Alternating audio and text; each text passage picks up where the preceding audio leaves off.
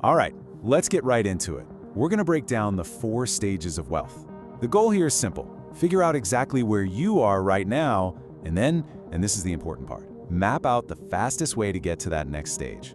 I mean, we've all been there, right? That moment you pull out your phone to check your bank app, and you're kind of holding your breath, bracing for impact. You're half hoping, maybe just maybe, the numbers magically went up. But deep down, you know what's coming. The rent's due, that credit card bill is just sitting there, and oh yeah, the car's making that weird noise again. So you start doing that crazy mental math. I really want you to hear this. If that whole scenario sounds familiar, it does not mean you're bad with money. You're not irresponsible. The real problem isn't you, it's your playbook. You're using the wrong strategy for the stage you're in. You're basically playing the wrong game. And that's exactly what we're gonna fix today. So what's the deal? How can so many smart, hardworking people still feel totally, completely broke?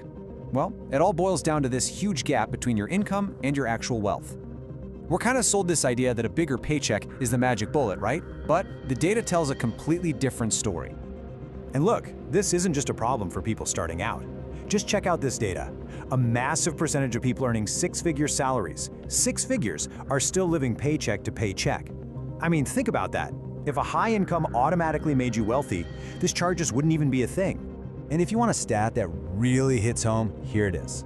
The Federal Reserve found that a huge number of adults couldn't even cover a $400 emergency. $400. That's not millions of people all failing at the same time. This is a stage problem. So let's get into it. Let's map out these stages. Okay, so first up, we've got stage 1, financial survival. This is the most fragile place to be. You know it's stage 1 because it's defined by that constant nagging feeling in the back of your mind that if just one more thing goes wrong, everything falls apart. So what does that actually feel like? Well, on the inside, you feel like you're always on edge, just putting out one financial fire after another. Money isn't a tool, it's a threat. And on the outside, what it looks like is pretty simple. You're running out of money before you get paid again, you're swiping the credit card for things you absolutely need, like groceries or gas. Now, you might be asking, why is it so hard to get out of this stage? Well, there's a really powerful psychological trap at play here called scarcity tunneling. Basically, behavioral science tells us that when your brain is under constant financial stress, it gets tunnel vision. It literally can't focus on long-term planning. All it wants is relief right now. And that's what leads to things like impulse buys or taking on high-interest debt, which of course just creates this vicious cycle of more stress and more guilt. So how do we break this cycle? Listen, the goal here is not to become a millionaire tomorrow. The goal is to build a firewall against the chaos. The moves you make are all about stabilization, not optimization. So here's the playbook. First, create what's called a minimum viable budget, just the absolute must-pays. Second, your main mission is to build a $1,000 buffer. It's not a full emergency fund, but it stops the downward spiral. Third, you gotta stop using credit for groceries. And finally, just pick one bill, your cable bill, your phone bill, and try to negotiate it down. That one small win can create a ton of momentum. All right, so you make those moves, you build that firewall, and that gets you to stage 2, building stability. This is where you can finally take a breath. It feels a little easier, but you're not totally safe yet. It's kind of like the storm is past, but the sky's still gray. Your thinking shifts from, oh no, I'm in big trouble, to something more like, okay, I'm okay, as long as, 2 or 3 bad things don't happen at the same time. So emotionally, that constant panic is gone, but you don't feel truly secure. And financially, things look better.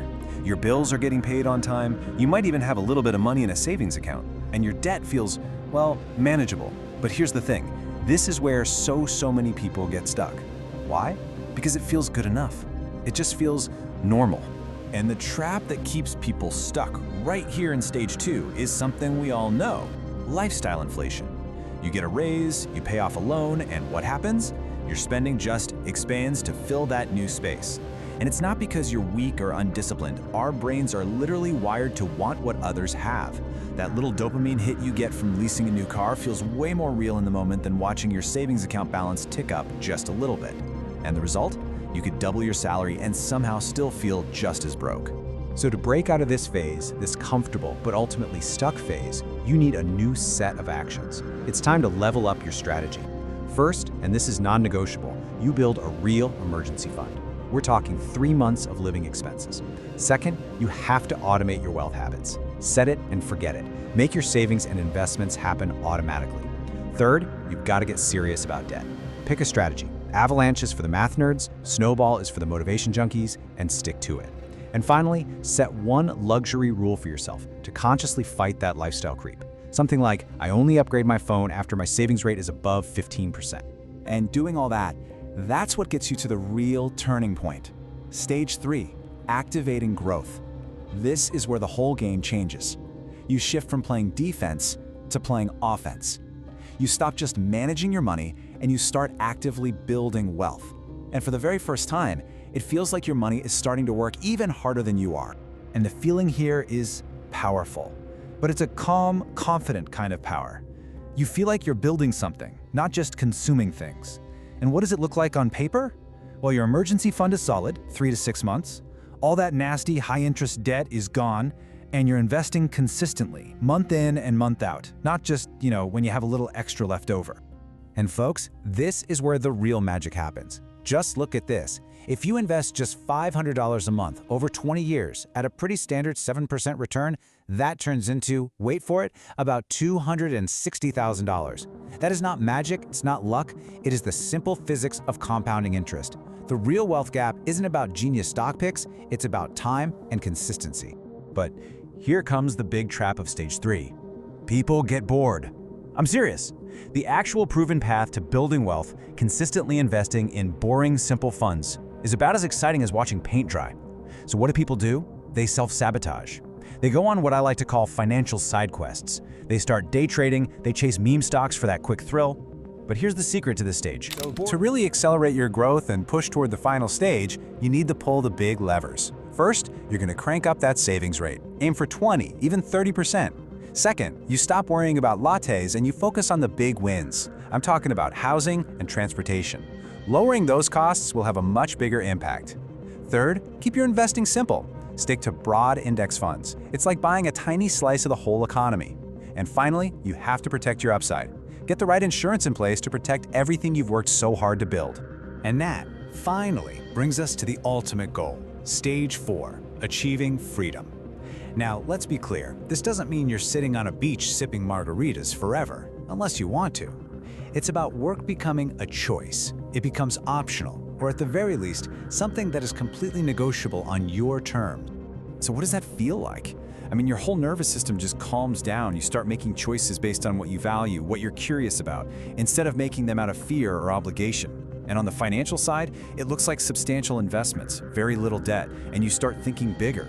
You're making legacy decisions, how to give back, what to do with your estate, how to help others learn this stuff. But there's one last kind of ironic psychological hurdle to clear. It's the fear of losing it all.